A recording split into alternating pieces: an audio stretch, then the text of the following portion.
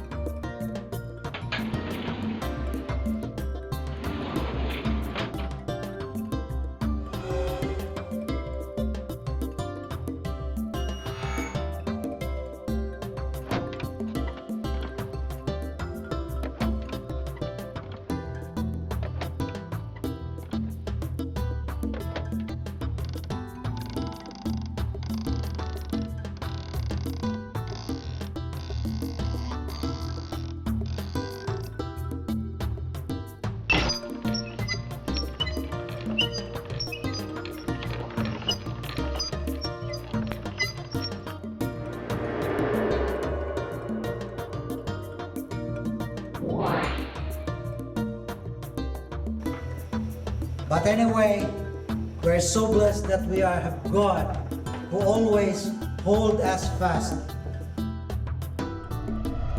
A strong and devastating tornado is strike Oklahoma City. In times like this, we need to pray. Our faith is still intact as long as we cling our faith on Christ.